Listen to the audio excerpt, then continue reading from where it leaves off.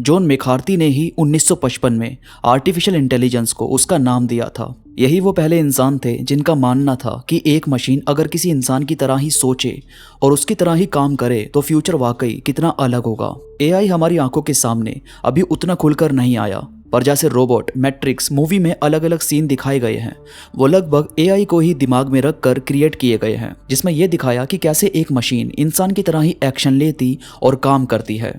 अगर हम आज की बात करते हैं तो गूगल मैप से लेकर एलेक्सा जैसे प्रोडक्ट सारी चीज एआई पर ही बनी हुई है। यानी अब हम कहीं ना कहीं एआई से पूरी तरह कनेक्ट होते जा रहे हैं। और सिर्फ इतना ही नहीं, बल्कि आज राइटिंग करना, पेंटिंग करना जैसी क्रिएटिव फील्ड में भी एआई अपना कब्जा जमाने में कोई भी कसर नहीं छोड़ रही। एक जैसन एलन नाम के शख्स ने एक पेंटिंग कंपटीशन में हिस्सा लिया। उन्होंने बस एआई की मदद से इस पेंटिंग को तैयार किया और लोगों को ये पेंटिंग इतनी पसंद आई कि वो ये कंपटीशन जीत गए। और बाद में उन्होंने बताया कि ये पेंटिंग असल में मैंने नहीं बल्कि एआई की मदद से मैंने इसको क्रिएट किया है। पहले ऐसा मानते थे कि एआई सिर्फ छोटे मोटे काम ही करेगी, यानी वो क्रिएटिव काम थोड़ी ना कर सकती, क्योंकि कुछ क्रिएटिव करने के लिए तो दिमाग चाहिए होता है, सोचना पड़ता है। पर आज की डेट में एआई क्रिएटिव फील्ड में ही सबसे ज़्यादा आगे है।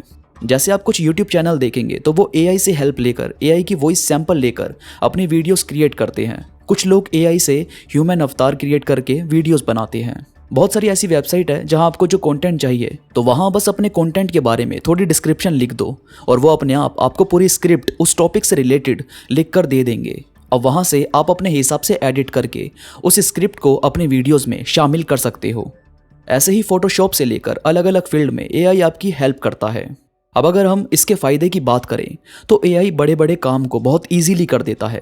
जाहिर है, जैसे मैंने पेंटिंग वाला एग्जांपल दिया, तो किसी आर्टिस्ट को एक बेहतरीन पेंटिंग बनाने के लिए महीनों लग जाते हैं, पर एआई बस आपसे कुछ रेफरेंस मांगता है और फिर अपने हिसाब से आपको कुछ ऐसी क्रिएटिव पेंटिंग तैयार करके देता है जिसकी या तो आप हेल्प ले सकते हो अपनी क्रिएटिविटी को बढ़ाने में, या फिर उस पेंटिंग को एज इट इज़ इस्तेमाल कर सकते हो।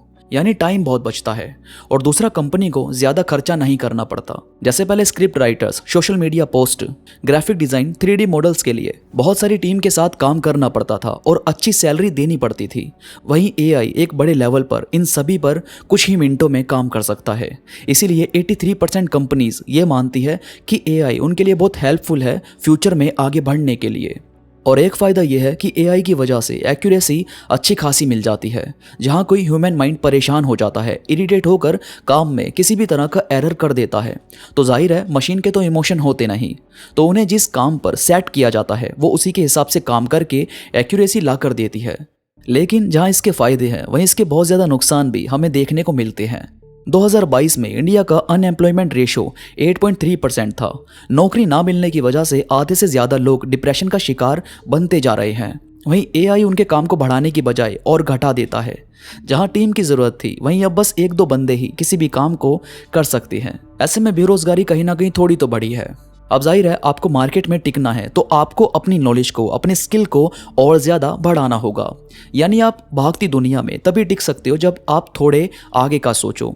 जो आता है या तो आपको वो उतना बेहतर आता हो कि कोई भी कंपनी आपके साथ काम करने से पीछे कभी ना हटे, और नहीं आता तो अपनी स्किल्स पर काम करके आप मार्केट में अपनी जगह बना सकते हो। और सच बताऊं तो एआई के टूल अभी इंटरनेट से नॉलेज लेकर कुछ भी क्रिएट नहीं कर रहे। हाँ, कुछ वेबसाइट हो सकता है कि ऐसा कर रही हो, मगर अभी एआई उसी डेटा से हमें इन्फॉर्मेशन देते हैं जो डेटा उन्हें प्रोवाइड किया गया है। और दूसरा, एआई पर कंट्रोल रखना बहुत ज़रूरी है। अगर हम हर चीज़ को एआई के हाथों में दे देंगे तो ह्यूमन इन पर नहीं बल्कि ये ह्यूमन पर कंट्रोल करने लगेगी। बहुत सारे लोग ऐसा भी कहते हैं कि एआई के आने से हो सकता है कि फ्यूचर में कुछ नई जॉब्स के दरवाजे खुलें, क्योंकि कंप्यूटर को भी ह्यूमन का दुश्मन पहले माना जाता था, पर कंप्यूटर ने इंसान की लाइफ को ईजी करने के साथ साथ उनके लिए जॉब्स का एक नया रास्ता भी खोला।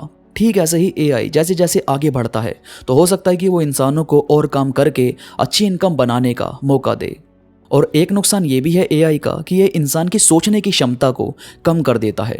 जहां आप बहुत इमेजिनेशन करके कुछ नया लिखते हो और कुछ बनाने की कोशिश करते हो, उसका ये आपसे हक ले लेता है। फिर ह्यूमन क्रिएटिविटी पर ध्यान नहीं देंगे, क्योंकि जहां उन्हें सब कुछ बना बनाया मिलेगा तो वहां क्यों कोई अपनी क्रिएटिविटी को यूज़ करेगा। पर यह एक बहुत ख़राब चीज़ है। मुझे लगता है कि हम किसी की वैल्यू तभी करते हैं जब हम ये जान पाते हैं कि उसने कुछ ऐसा किया जो सबके बस की बात नहीं।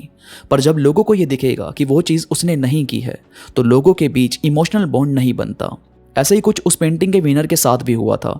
बहुत सारे लोगों ने उसे ट्विटर पर यह बोलकर ट्रोल किया कि अपना कुछ बनाते तो ज़्यादा अच्छा होता, या जिसने अपनी क्रिएटिविटी से कुछ बनाया हो उसे ही जितवाना चाहिए था। यानी जब तक लोगों को ये नहीं पता था कि वो पेंटिंग एक एआई ने बनाई है, तब तक सब उस पेंटिंग बनाने वाले से इंप्रेस हो रहे थे। पर जैसा ही पता चला कि वो बस एआई से बनाई गई पेंटिंग है, तो उस पेंटिंग को बनाने वाले के बारे में लोगों ने सोचना ही छोड़ दिया। पर मुझे लगता है कि हमें बिल्कुल डिपेंड ना होकर अपने आप को क्रिएटिव बनाए रखना चाहिए और अपनी स्किल्स पर काम करते रहना चाहिए। वैसे आपको क्या लगता है, एआई का आना ह्यूमन लाइफ के लिए अच्छा है या फिर नुकसानदायक? मुझे कमेंट्स में ज़रूर बताना, और वीडियो को लाइक और कमेंट ज़रूर करना दोस्तों। चैनल को सब्सक्राइब करके मेरा भी हौसला बढ़ा दो, ताकि मैं ऐसी ही और भी वीडियोज़ आपके लिए लेकर आता रहूँ। तो मैं मिलूँगा आपसे नई वीडियो के साथ, तब तक अपना ख्याल रखिए।